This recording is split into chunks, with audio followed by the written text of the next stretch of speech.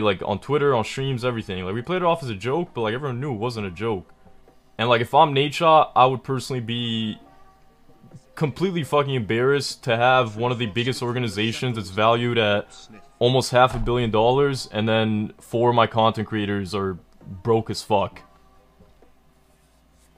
Oh my god, do we have a lot to talk about today. What's up everybody, it's your boy, it's LA. Welcome back to another take here with Esports with Labradoodle. And we gotta break down this mob v 100 Thieves situation, which really boils down to FROSTE versus NADESHOT. But in order to give you guys a good understanding, we're gonna have to back it up a few years, back to when content creators, if you were just putting out content, orgs were gonna sign you. And this group called the Mob, which consisted of 4 people, FROSTE, Avalanche, Classify, and Mako, got signed by 100 Thieves, which are arguably like one of the top 3 organizations in all of esports. And as NADESHOT said, he took 4 friends and moved them out into LA, put them in a house, and surrounded them with a whole bunch of other content creators and streamers that they could ultimately make a gaming career, which is what they thought the dream and the goal was for the Mob. The entire idea, the entire thesis that we bring these guys over to, I forgot to mention, we bumped their salaries up to $3 grand the next year, the second year that we renewed their contract. And I'll talk about that in a minute too.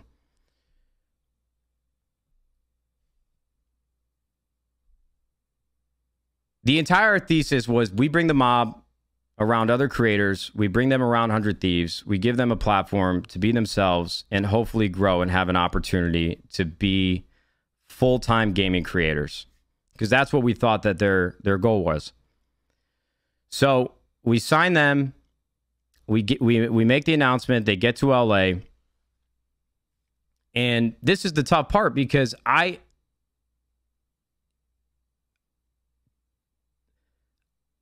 don't want to throw anybody under the bus, okay? But back in the day, I talked about Optic, I talk about FaZe. I've seen this happen so many times since I started on YouTube. A lot of times people will join a team like FaZe or they'll join a team like Optic and they'll have the realization that I made it.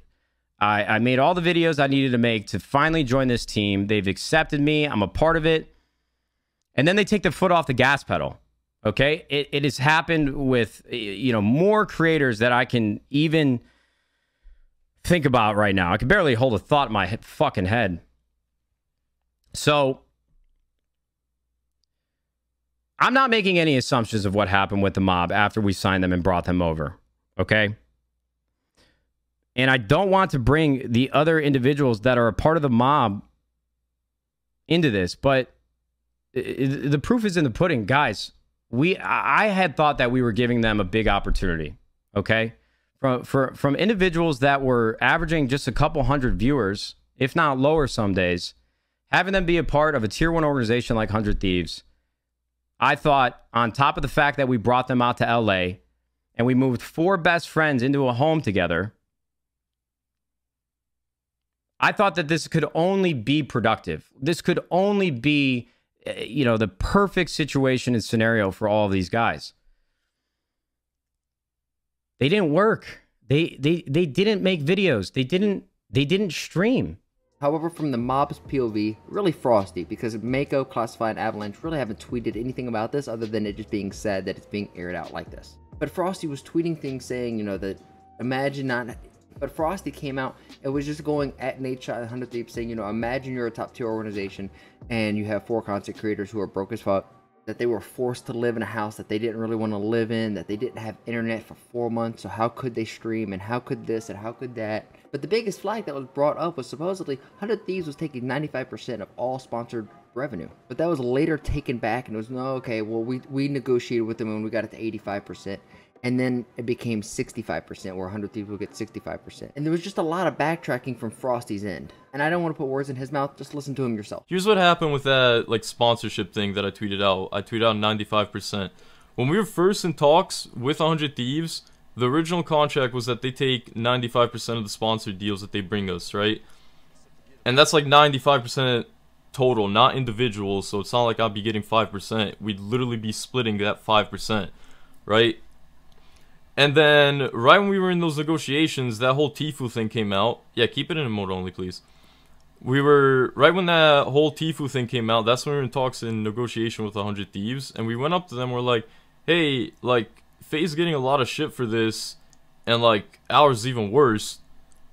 So they managed to talk it down to 85%, I believe. I believe that's what it was. From 95% to 85%. And the fact that NADESHOT is like sitting there like saying like, oh, it wasn't 95%, it was 85%. Like that is any better. NADESHOT claimed that they brought us like 3 really big deals, right?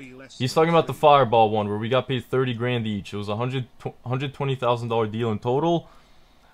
And we got paid 30K each, right? 100 Thieves did not bring that deal to us. I took that deal to 100 Thieves. 3 years. Wow, can I get my money back? The Fireball deal. I was friends with the guy who ran the company that brought them the deal, or that brought me the deal. He messaged me. He's like, yo, I got a deal with Fireball that they want to work with you guys, blah, blah, blah. And I was like, yeah, sure, that'd be great. Frosty brings up that we took 95% of their sponsorship deals that we brought to the mob. That is unequivocally, undeniably, without a shadow of a doubt, untrue. It is absolutely untrue. There is no basis for Frosty to say this. At one point, I have an email that the key terms of these deals that we bring to the mob, we would retain 85% of revenue. We did 3 deals for them. And all 2 out of the 3 deals, they took home 65% of the revenue from that deal. One of those deals, they made $30,000 each. It was a $200,000 deal. They walked away with $120,000, I believe it was.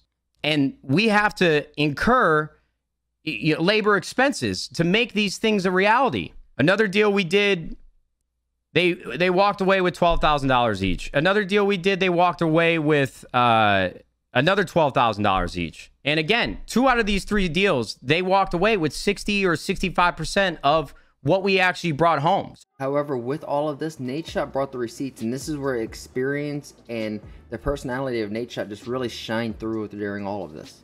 Because unfortunately, it looks like the mob, they just didn't work. Not didn't work out, but just physically wasn't making any content. Over 2 years, they put 32 videos out on YouTube. I put out more videos than the mob did in 1 month than they did in 2 years.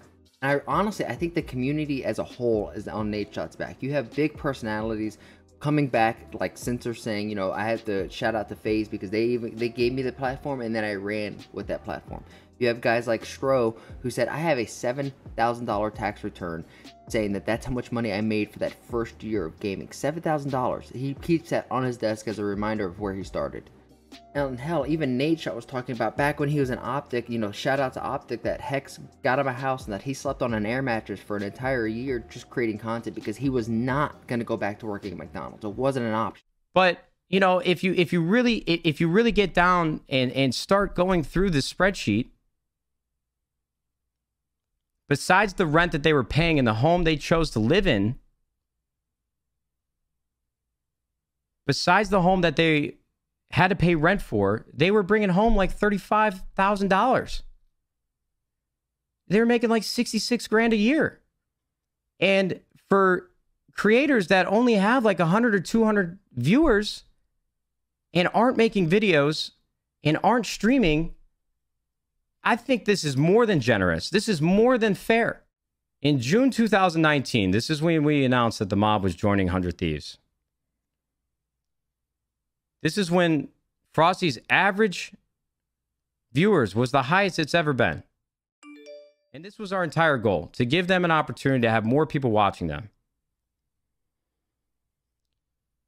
Frosty claims that the internet wasn't working at the house for the first 4 months that they joined 100 Thieves. We had a compound with 4 streaming pods. I can't figure out what the dates, if that's when COVID started, we had to close the compound. Either way, we told them that the house was their responsibility. I don't know who set up the internet. I don't know what happened with the internet. I don't know if that's true or not. But Frosty believes this. But listen to me. If I have this opportunity that they had in front of them, and I'm in front of more people than I've ever had the opportunity to be in front of, I'll be fucking knocking on Spectrum's door or whatever internet provider they're using. I would be out there every single day until they came to this house and they fixed it. Now, I don't know if they thought that this was the responsibility of 100 Thieves, but if I were them, it would have never even got to the point where I'm waiting around for months to get it fixed. So in the 2 years that Frosty was a part of 100 Thieves. Now, again, remember, Twitch is the main source of revenue for most creators. And the bigger ones make a lot of money from sponsorships. This is true.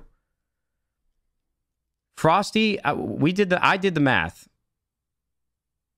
In the 2 years, from start to finish, Frosty averaged 40 hours a month streaming. He averaged 40 hours a month. That's 1 week of work for one of our employees who's making less money than Frosty. And right after he leaves 100 Thieves, he streamed for 377 hours. This is the month, 2 months after he left 100 Thieves. He streamed for 377 hours. And then the next month, he streamed 519 hours, I'm sorry. Guys, I don't know what your perception of me is and my responsibility and role at 100 Thieves, but I spend a lot of time at the office. There have been ebbs and flows of my, involvement in the corporate and business development aspect of our business, but I'm fucking there. And I can tell you everything that is happening at this company across apparel, Project X, a new venture that's launching, High Ground, content, marketing, talent. I am very involved. In the 2 years that the mob was a part of 100 Thieves,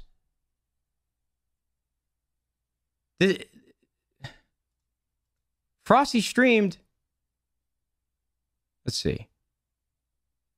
In April 2020, he streamed 129 hours. Then the month prior to that, I streamed 157 hours. I've got a family and a full-time fucking job. I'm not doing this to pat myself on the back. I'm doing this to give you guys a metric to understand what we were dealing with. And I truly hope that you guys know. I don't like to talk about these things. After we departed, shook hands with the mob and said goodbye, I never thought that there would be negative blowback. I didn't think there was anything that needed to be said because I thought we left on good terms. And like I told you at the beginning of this stream, when I put my head on my pillow at night, I know that I have peace of mind because I have tried my best to do the right thing. And Frosty says that the most money that they ever made with 100 Thieves was because of this Uno tournament. If you weren't a part of 100 Thieves, Frosty, you would have never been a part of the tournament. We had you sitting next to Valkyrie, Courage, Castro. Brother, you average 100 viewers. And I don't even mean this as to be disrespectful. I just think that there needs to be a lens of logic and being rational about your situation. I don't know what I did to you that made you so jaded and so upset and what made you feel like we didn't care or we were predatory with our business dealings or we took advantage of you or we did anything that could be seen in a negative way. But you continue to say all of these things. And I just don't get it. Now, I want to be fair because Classify, we tried to work with him. When everything happened with the mob, I talked to Classy on the side because he had put forth effort. He streamed more than everybody else. He was trying to make videos. And from his perspective, he felt like he was working his ass off. And Avalanche streamed more than Frosty. Mako, I couldn't find his stats. And that's completely aside from what's happening here today. But I truly do believe, and you can form your own opinion off of all these things and believe what you'd like. But I know for a fact, like I said, when I put my head on my pillow at night, I know that we put our best foot forward and we did everything we could to help these 4 individuals who I have a ton of respect for, that I truly did believe in, that I fought battles with internally to keep them around. I truly believe that we did everything we could to provide them a platform to take their gaming careers to the next level.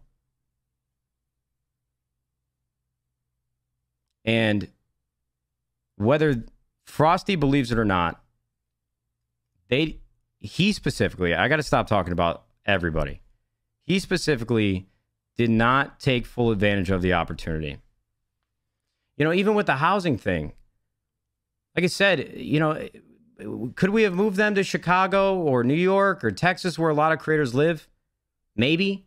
But we had to have them in LA because they were a young group that had not been full-time creators before, and they needed to take responsibility for the situation. And the best way to amplify their group was to be around the 100 Thieves universe. And they chose to live in a $10,000 home. You know, maybe with some hindsight, they would go back and do it again. Or maybe I would have, you know, been more involved with the negotiation and told them, listen, I think this is a bad idea. I think you guys should get a 2-bedroom house, spend $4,000 a month, pocket the rest, and everybody stream in the living room. You know, I watched Sub Rosa. He's on the professional TSM Valorant team. And I go to his stream. He's got 3 people behind him streaming and gaming every single day. Maybe it should have been a smaller, cheaper home. But the entire thought process is we thought that we were adding gasoline to the small fire that they had created with the following they had on social media by, you know, giving them an opportunity to put a little bit of money in their pockets, sell a couple sponsorships, show them what life can be like if you work hard and make the opportunity for yourself. But the fact of the matter is, Frosty specifically did not work. You literally provided no proof? Bro, because for me to provide proof, like, what is there to provide proof of? Like, why would I be lying? And I think it really is off the backs of people like NADESHOT, Scump, Hex, Formal, Straw, all the people that we know and love that have cemented themselves on the Mount Rushmore of gaming and streaming. People like myself who are trying to get some money and revenue from all of this. We have to give credence and gratitude and show like appreciation to those people for paving the freaking way. But ultimately, I want to know where your thoughts on this. What do you think of Frosty? What do you think of NADESHOT? Is it the first time you've heard of NADESHOT? Is it the first time you heard of Frosty? Let me know what you guys think down below. If you guys enjoyed this video, go ahead, hit that like button, subscribe, turn the noti bell on. I'll catch you guys on the next one. Also, keep an eye out for my shorts because they're pretty spicy today. Tell somebody you love them. Peace.